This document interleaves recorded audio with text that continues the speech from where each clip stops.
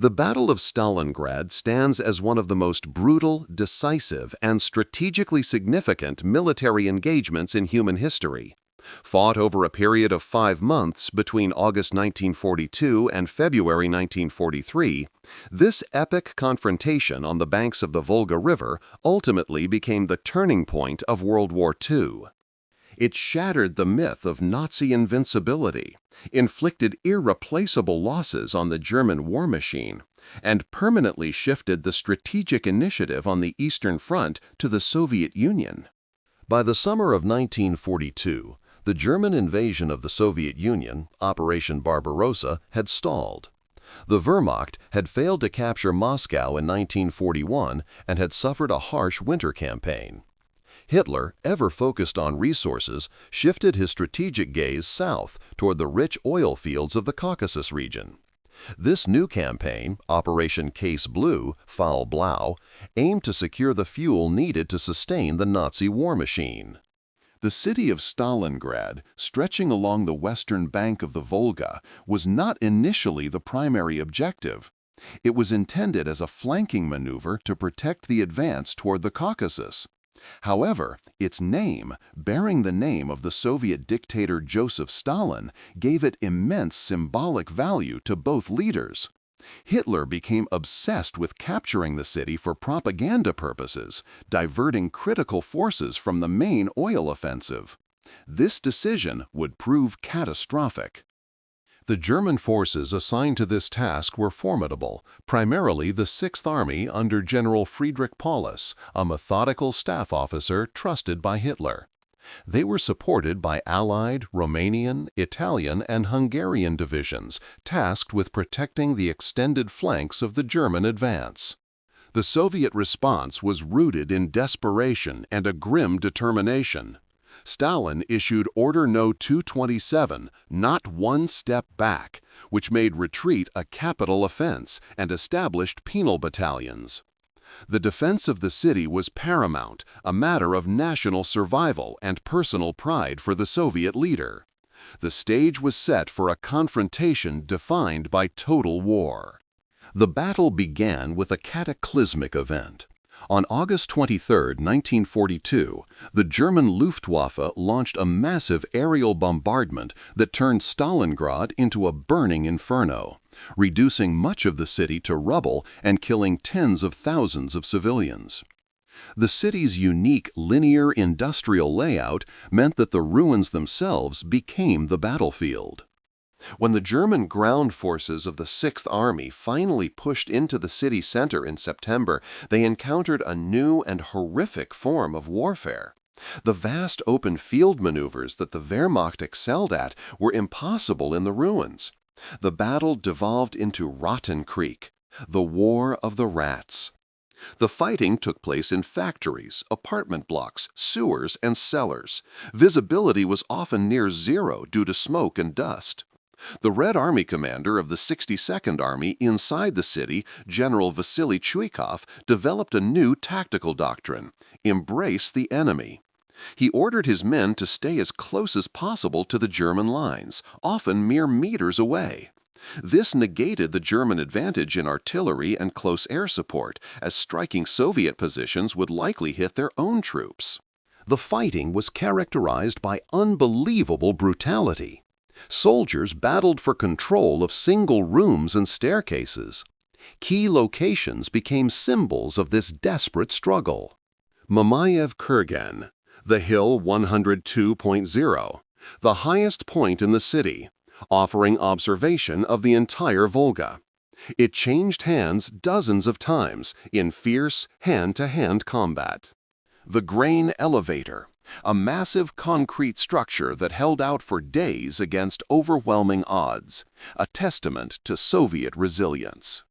Pavlov's house, a fortified apartment building held for 58 days by a small squad of soldiers, becoming a symbol of determined defense. Snipers became the defining figures of the urban battlefield.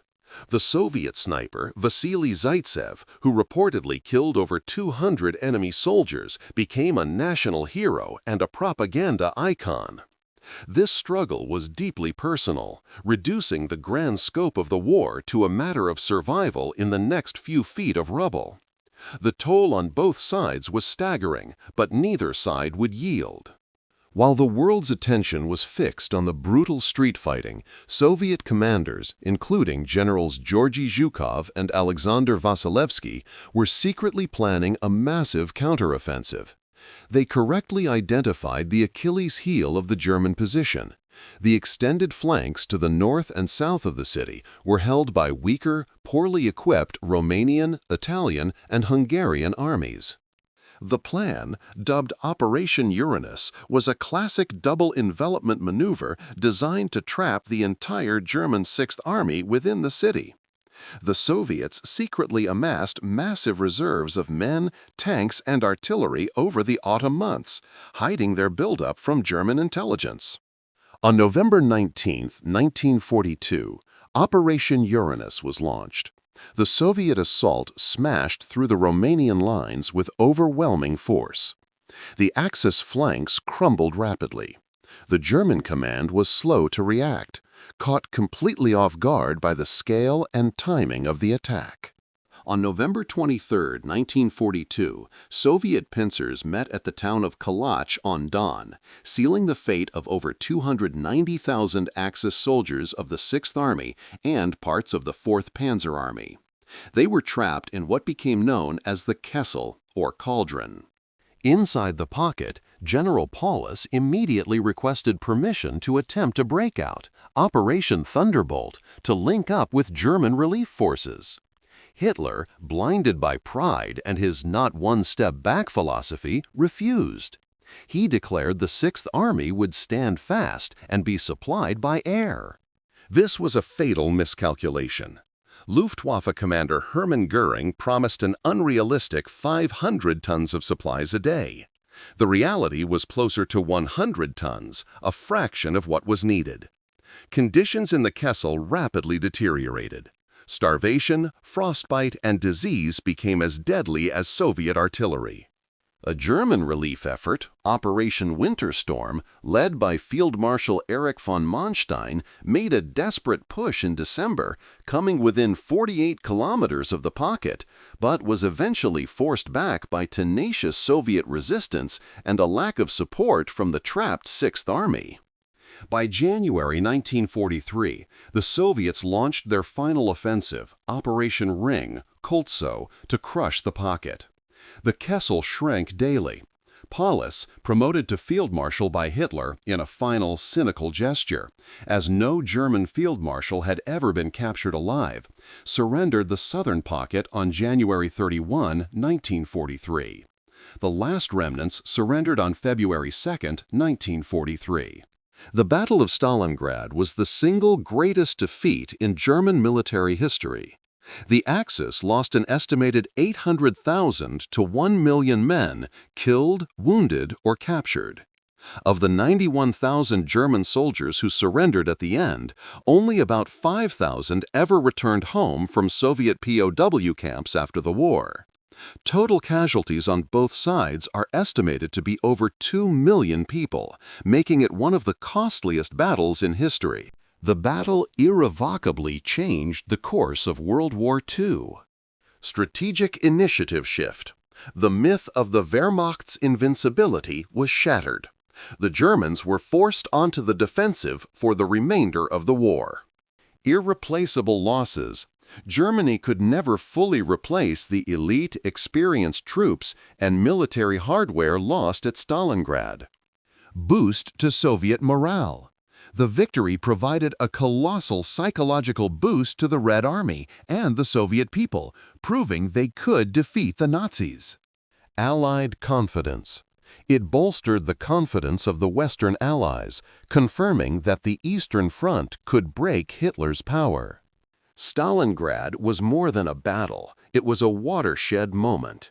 It marked the beginning of the long, brutal Soviet advance toward Berlin, sealing the fate of the Third Reich.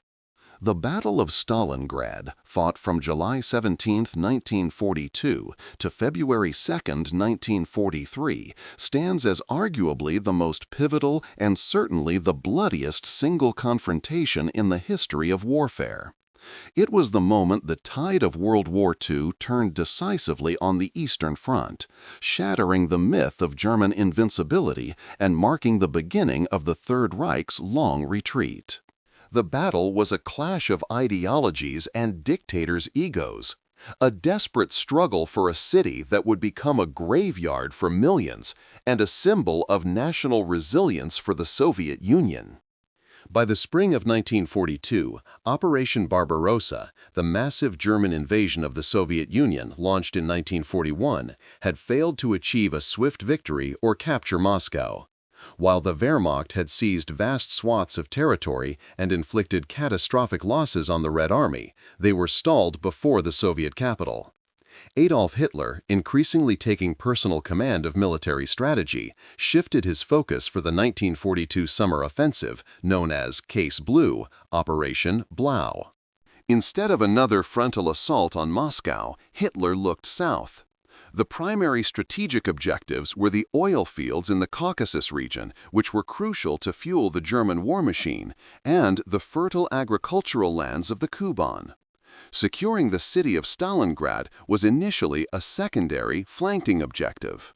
Located on the west bank of the Volga River, its capture would sever a vital Soviet transport route along the river, used for moving oil, supplies, and troops, and secure the northern flank of the German advance into the Caucasus. However, Stalingrad quickly became a point of personal obsession for both Hitler and the Soviet leader Joseph Stalin. The city bore Stalin's name, making it an immense symbolic and propaganda target. For Hitler, its capture would be a devastating psychological blow to the Soviet regime. For Stalin, its loss was unthinkable. The stage was set for a fight to the death. The German offensive began rapidly. Army Group South was split into two.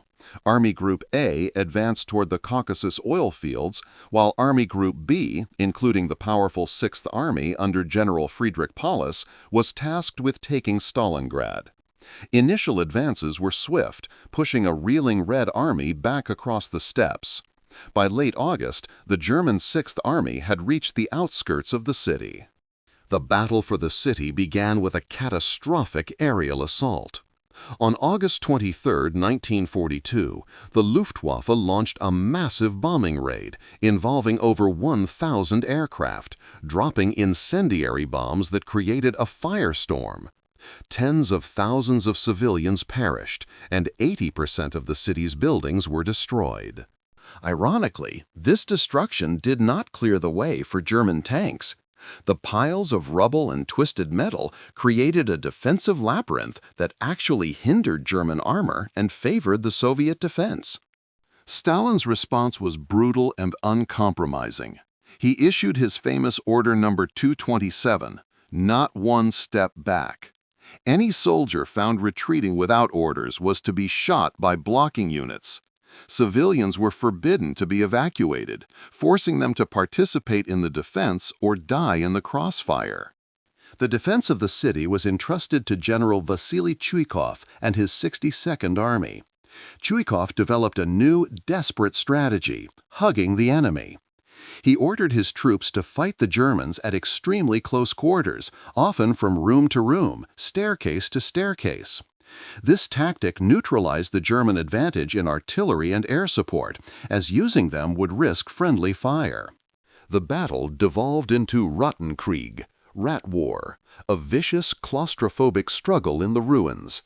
Life expectancy for a Soviet soldier was estimated at less than 24 hours for a private and 3 days for an officer. Snipers became vital assets.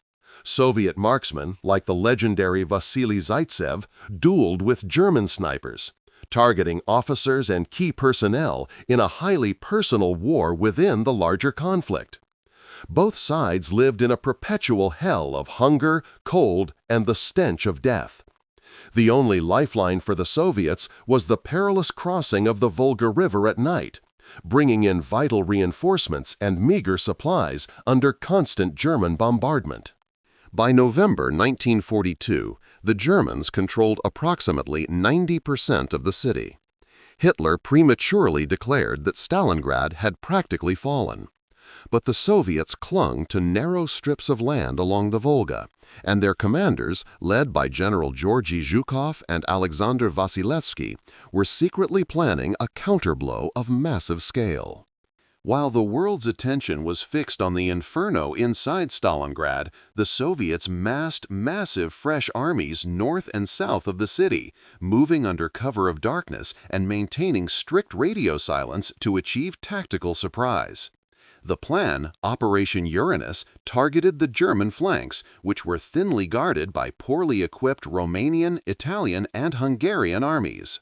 Launched on November 19, 1942, Operation Uranus was a resounding success. Over 1 million Soviet troops smashed through the weak Axis lines in powerful pincer movements. Within just 4 days, on November 23rd, the two spearheads met at Kalach on Don, completing the encirclement of the German 6th Army and elements of the 4th Panzer Army. Around 290,000 Axis soldiers were trapped in a shrinking pocket, Kessel, of territory within and around Stalingrad. German Field Marshal Erich von Manstein attempted a relief effort, Operation Winterstorm, in December. His forces fought to within 30 miles of the pocket, but fierce Soviet resistance and a lack of breakout initiative from Paulus, who was forbidden by Hitler from attempting one, forced Manstein to retreat. Hitler, in a move of catastrophic hubris, ordered Paulus to hold his position and rely on an air supply promised by Luftwaffe chief Hermann Göring. The airlift was a dismal failure, delivering only a fraction of the necessary supplies. Starvation and frostbite became as deadly as Soviet bullets. By January 1943, the situation inside the pocket was apocalyptic. Soviet forces launched their final offensive, Operation Koltso, Ring, to crush the remaining German resistance. Conditions for the trapped soldiers were inhumane. Many resorted to eating their horses, and severe malnutrition was widespread. Hitler promoted Paulus to field marshal on January 30 with the clear implication that no German field marshal had ever been captured alive, a thinly veiled order for suicide. Paulus refused to take his own life. On January 31, 1943, he surrendered the southern part of the pocket. The last remnants of the 6th Army in the northern pocket surrendered on February 2nd, officially ending the battle. The scale of the human tragedy was immense. Total casualties for all sides are estimated at over 2 million. The German 6th Army was utterly destroyed, with approximately 150,000 killed in the encirclement and 91,000 taken prisoner.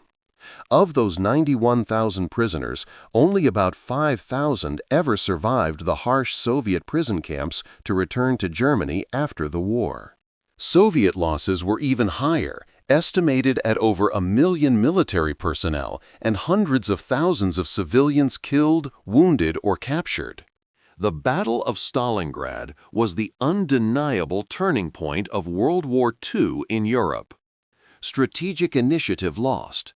Germany lost its momentum and never regained the offensive initiative in the East. From this point forward, the Wehrmacht was in a war of attrition and constant retreat.